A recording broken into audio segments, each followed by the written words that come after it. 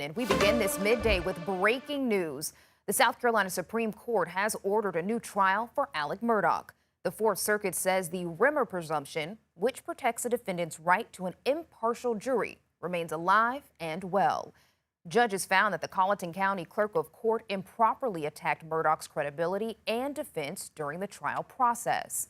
The court says that action occurred outside the presence of the judge and attorneys, and it triggered a presumption of jury prejudice. Basically, this is a fancy way of saying they believe she tampered with the jury.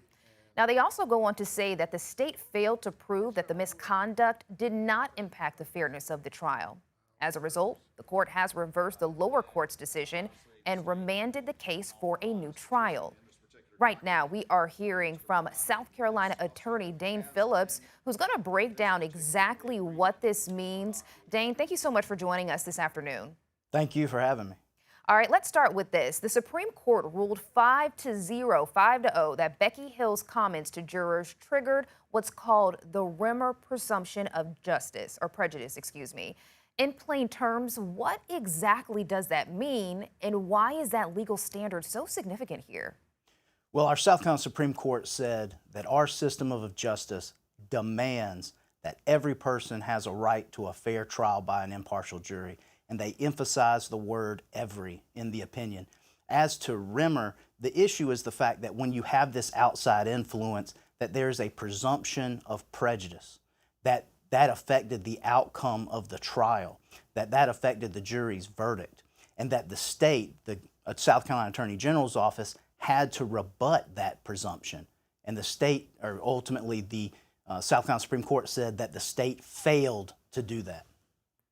Were you surprised when you heard the news that they unanimously ordered a new trial? No, in making this decision, I think the uniformity of the court, having every member of every justice on the South Carolina Supreme Court be aligned on this decision, sends the message, as far as this opinion is concerned, that they all agree that the United States Supreme Court case law and Remmer and how it's been subsequently applied by the Fourth Circuit Court of Appeals is alive and well. They used that from another case from the Fourth Circuit, quoted as far as the opinion. They wanted to send the message, and they did. Now, the court called the clerk's conduct, quote, breathtaking and disgraceful. So from a legal standpoint, how damaging are allegations of jury tampering? Oh, it rocks, as I've said before, the kind of the fundamental system of justice. The cornerstone is that once a jury is impaneled, that they be free from any outside influence, and having not only an outside influence coming from the clerk of court, an official, it just goes to the integrity of the case. There's so many issues that is involved here in terms of how it affects the everyday, well, basically the integrity of the justice system, which is why in that initial paragraph of the opinion, the Supreme Court was so clear that they understand the amount of time, money, and resources that were put into this case. However, for our system of justice to have any integrity, which has been attacked, certainly, through this case and, of course, nationally, that they needed to send the message that every person deserves a right to a fair trial, and that is upheld by this opinion. And I want to ask this as well. Could this case, because so many people are talking about it, it's received so much attention, could it be an example case of how we handle jury misconduct allegations in the future?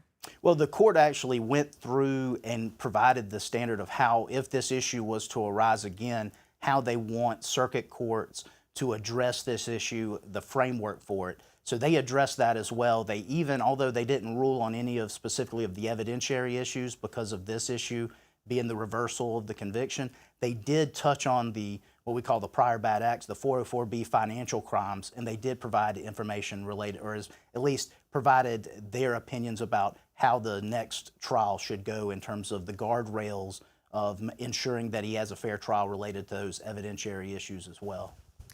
One of the things that I'm seeing on social media is a lot of misinformation about what this decision means. A lot of folks are saying they believe this means that the Supreme Court does not believe that Alex Murdaugh is guilty. However, this is not a situation of guilt or innocence. It's about a fair trial. Can you speak more to that?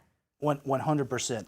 This has no bearing on the jury's verdict of guilt or not guilty. And innocence is not actually the standard. The standard is whether the government can prove each and every element of an offense beyond a reasonable doubt. That is their burden of proof in every criminal case.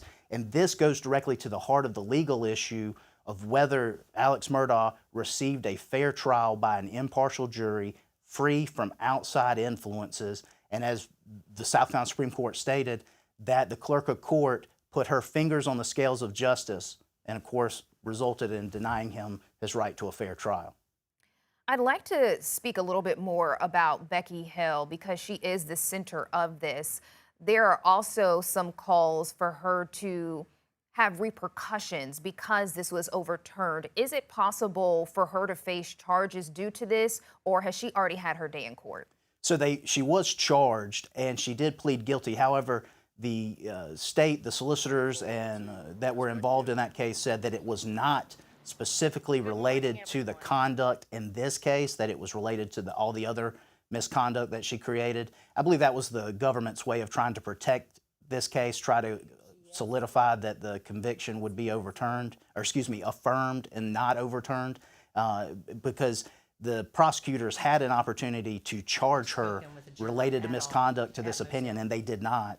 They specifically walled it off and limited it in scope, and fortunately, justice prevailed and the system works, that he was denied his right to a fair trial, that the clerk of court, Becky Hill, committed misconduct, and that he will receive a new trial, a fair trial.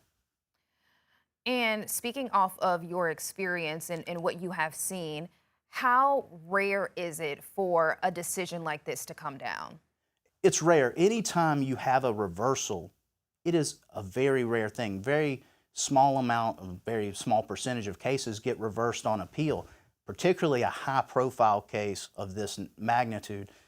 Again, with this situation, particularly this misconduct related to a third party or a clerk of court or a bailiff, is even smaller. This is a very rare thing. However, again, it sends the message that our South Carolina Supreme Court wants there to be fair trials in South Carolina, and that the system must be upheld, that the rules in place, not just the rules of evidence, but the United States Constitution and how it's applied in the South Carolina court system must be followed.